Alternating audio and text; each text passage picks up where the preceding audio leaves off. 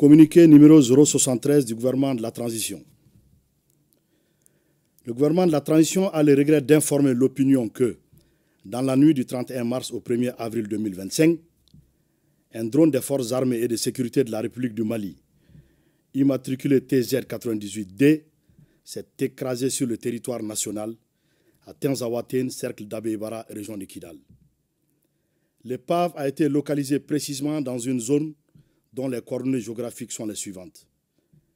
19 degrés, 52 minutes, 4,738 secondes nord, 2 degrés, 53 minutes, 38,101 secondes est, à 9,5 km au sud de la frontière Mali-Algérie. Suite à cet incident, une enquête a été immédiatement ouverte.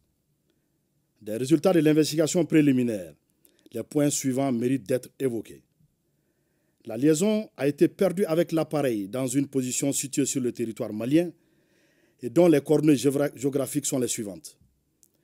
19 degrés, 51 minutes, 50,526 secondes nord, 2 degrés, 53 minutes, 36,099 secondes est, soit 10,2 km au sud de la frontière Mali-Algérie.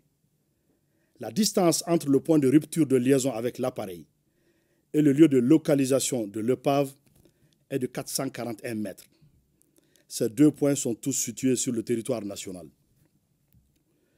Les dernières informations transmises par le drone étaient relatives à une rencontre de terroristes de haut profil qui planifiaient des actions. L'aéronef est tombé à la verticale, ce qui, probablement, ne peut s'expliquer que par une action hostile causée par des tirs de missiles sol-air ou air-air. Quelques heures après l'incident, le gouvernement de la transition a pris connaissance par voie de presse d'un communiqué du ministère de la Défense algérienne revendiquant la destruction d'un drone qui aurait survolé l'espace aérien de l'Algérie sur 2 km. Afin d'approfondir les enquêtes, les autorités maliennes ont demandé aux autorités algériennes de leur fournir des éléments probants étayant la violation de leur espace par un drone de reconnaissance malien. Depuis 72 heures, aucune suite satisfaisante n'a été réservée à la demande malienne. Le gouvernement de la transition conclut avec certitude absolue que le drone des forces armées de sécurité maliennes a été détruit suite à une action hostile préméditée du régime algérien. Cette décision repose sur les éléments ci-après. Le silence coupable du régime algérien accordé à la demande malienne et son refus de coopérer confirment la responsabilité de ce régime qui a tiré sur le drone entraînant sa chute verticale. Les données précises de la trajectoire de l'appareil enregistrées dans le système prouvent sans ambiguïté que l'appareil n'a jamais quitté l'espace aérien de la République du Mali. De surcroît, le point de rupture de liaison du drone et le point de localisation de l'épave sont tous situés sur le territoire national malien. L'absurdité de l'argument de la violation de l'espace aérien algérien sur 2 km, autrement dit, comment l'épave du drone se serait retrouvée au Mali et à 9,5 km de la ligne frontalière si l'appareil avait réellement violé l'espace algérien sur 2 km.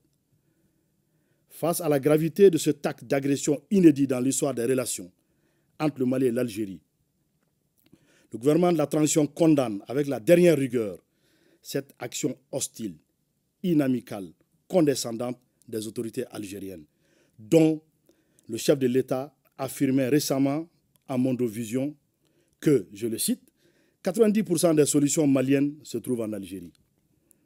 En outre, cet agissement prouve, si besoin en était, que le régime algérien parraine le terrorisme international. En effet, la destruction du drone a clairement pour effet, sinon pour but, d'entraver la neutralisation de groupes armés ayant revendiqué des actes terroristes. Le gouvernement de la transition, en cette triste circonstance, tout en rappelant la teneur de son communiqué numéro 64 du 25 janvier 2024 et celle de l'allocution du Mali lors de la 79e session de l'Assemblée générale des Nations unies, condamne l'attitude du régime algérien qui, en plus de servir de base arrière aux groupes terroristes, s'engage aujourd'hui dans la lutte armée pour perpétrer des agressions contre un État voisin en vue de protéger ses suppôts terroristes. En conséquence, en réponse à cette énième provocation du régime algérien, le gouvernement de la transition décide de 1. Convoquer l'ambassadeur algérien pour protester contre l'hostilité du régime algérien. 2. Se retirer avec effet immédiat du comité d'état-major conjoint CEMOC.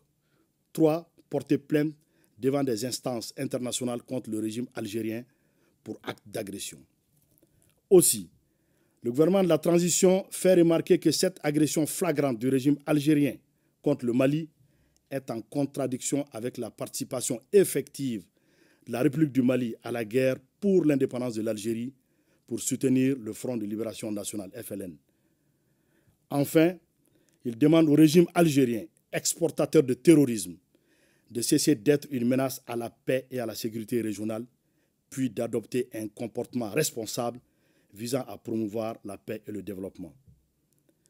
Le gouvernement de la transition réitère à la population malienne que rien n'entamera la détermination des forces de défense et de sécurité maliennes sous le leadership de son Excellence le général d'armée Assimi Goïta, président de la transition chef de l'État, à poursuivre et à atteindre le noble objectif d'éradiquer le terrorisme sous toutes ses formes. Suivant cette volonté, dans les heures qui ont suivi l'agression du régime algérien contre le drone malien, d'importantes cibles terroristes ont été frappées avec succès dans la localité de Tinzaouatène et ailleurs sur le territoire malien. Ces opérations vont continuer et pourront s'intensifier selon l'évolution de la situation. Que Dieu bénisse.